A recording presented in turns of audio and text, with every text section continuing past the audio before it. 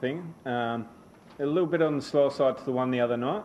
A bit more like the first game we had out here. But yeah, Gayle played it to perfection. You know, he picked who he wanted to go after, went after them, made sure he put the pressure on there. Kane Williamson by making them bowl the bowlers when he did, making sure he didn't get out so he could launch at the end.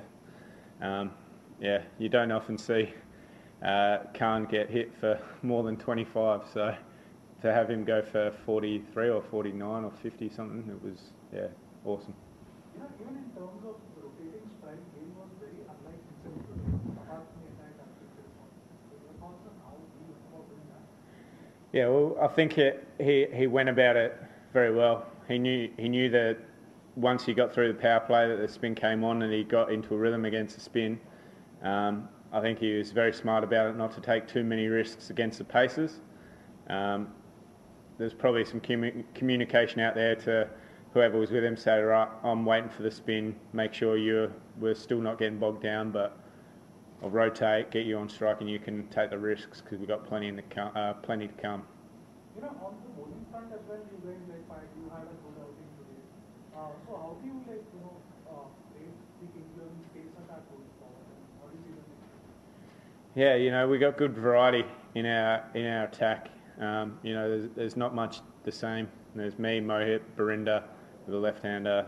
And you got Ash and Mujeeb, and then you've also got others that can bowl as well. So, you know, we've found it pretty balanced at the moment. I'm sure there'll be a few headaches for the selection team when Axe's available again. So, yeah, that's good that we're sort of good because, you know, even I don't think Mohit's even hit his straps yet.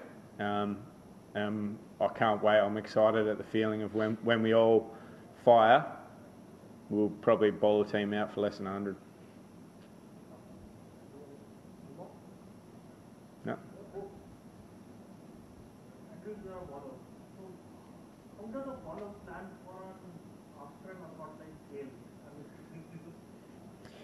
Well, that's the benefit of batting first, I guess. As a bowler, you get to have a look at what they've done, see what bowls they work for them and where they can tie guys down. So, you know, we sort of summed it up that it was skidding on a bit.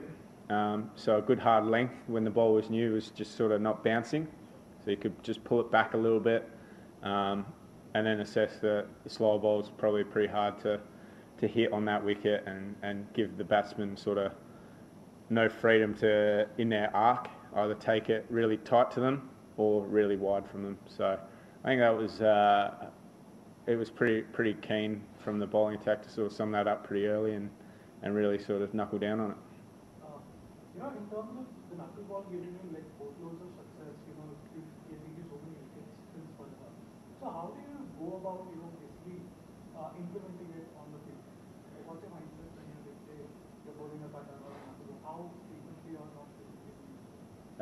It all depends on how I'm feeling at the time, whether I feel the knuckleball or an off cut or a leg cutter or back of the hand or anything really.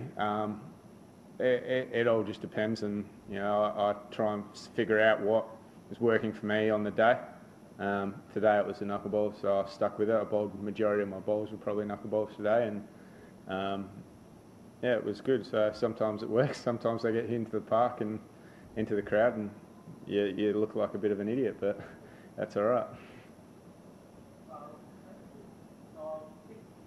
If you have been on the other side, I mean, Gayle is batting and you are bowling, would there have been your plans, I mean, towards someone like Gayle? I guess you could try and get him off strike, but at the same time as pace bowlers, you're trying to get him out because you know if you've got spin to come, he's lining up to try and do that. So to attack them. So I don't know.